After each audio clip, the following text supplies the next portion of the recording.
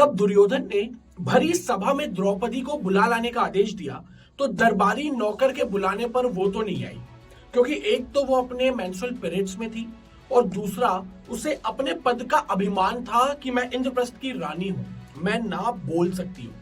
She exercise that right, पर वहां बाहर सभा में तो स्टेटस क्यों ही बदल गया था, अब वो दासी थी। महाभारत का ये प्रसंग निश्चित ही सबने बहुत बार सुना होगा, पर हम सब अपने जीवन में अकस्मात आए खतरों पर कैसे रिएक्ट करते हैं और कैसे करना चाहिए, इस बात की बहुत बड़ी सीख है द्रौपदी वस्त्र हरण में। Just see at Draupadi's confidence जब वो दरबान को मना करती है। दोस्तों, जब भी हम पर सडन अटैक होता है हम सबसे पहले अपना कॉन्फिडेंस हारते हैं, और कॉन्फिडेंस के मूल में रूट पे होता है विश्वास। देखिए उस दिन किस तरह स्टेप बाय स्टेप द्रौपदी अपना विश्वास हारती है, पर कैसे एक अल्टीमेट बिलीव ने ही उसकी रक्षा की। कभी सोचिएगा, हम सबकी लाइफ में एक अल्टीमेट बिलीव की कितनी कमी है।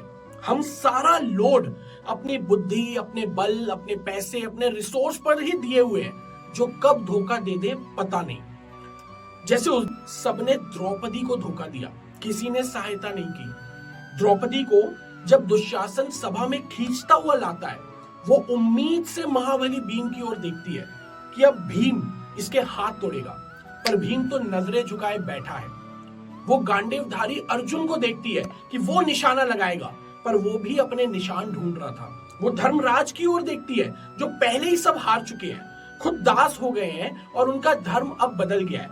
वो इसलिए रिएक्ट नहीं कर रहे हैं कि उनका धर्म अब दास का धर्म हो गया है। सोचो, आप जिन पर बैंक अपॉन करते हो कि किसी इमरजेंसी के लिए वो हमारा साथ देंगे, पर एक एक करके वो सारे रिस्पॉन्ड करना बंद कर दे, तब यही सब बातें हमें हताश कर देती है, हमारे कॉन्फिडेंस का हरण कर लेती है। पर इस पूरे प्रसंग में द्रौपदी ने अपना कॉन्फिडेंस नहीं हारा, क्योंकि उसे एक अल्टीमेट बिलीव था कृष्ण पर। कभी इवैल्यूएट करना, हम में से कई ऐसे होंगे जो कॉम्प्रोमाइज करने को स्मार्टनेस समझते हैं कि जब फंस जाओ तो तुरंत सरेंडर करके जान बचाओ, निकलो वहां से पहले। पर उस पूरे प्रसंग में द्रौपदी ने एक बार भी दुर्योधन से याचना नहीं की कि यार प्लीज भगवान के लिए मुझे छोड़ दो टाइम। जो लुट रहा था उस सम्मान पर भी कॉम्प्रोमाइज नहीं किया। हम अक्सर विपत्ति देखकर सबसे पहले अपनी वैल्यूज पे कॉम्प्रोमाइज करते हैं और कहते हैं कि यार ईश्वर ने सहायता नहीं की। हम तो दुर्योधन को पुकार रहे हैं और कह रहे हैं कि कृष्ण ने हाथ नहीं थामा। सभा में सभी वरिष्ठ लोगों ने, पितामह भीष्म, द्रोण, कृपा, हर आचार्य ने नजरें नीची कर ली, मतलब पूरे सिस्टम ने हाथ खींच लिया। पैनिक सिचुएशन तो थी, पर फिर द्रौपदी ने अपने अल्टीमेट बिलीव को जगाया, कृष्ण को पुकारा। और ऐसा नहीं है कि कृष्ण से उनका संबंध उस दिन ही बना, वो व्यवहार पुराना था। हम सब सिर्फ संकट के समय ही चाहते हैं कि वो सारा मेडिटेशन, यूनिवर्स से सारी ब्लेसिंग्स बस आज मांगे और आज ही मिल जाए। नहीं, आपको रोज मेडिटेशन जैसी वो सारी एक्सरसाइज करनी होगी जो आपको अंदर से मजबूत करती है।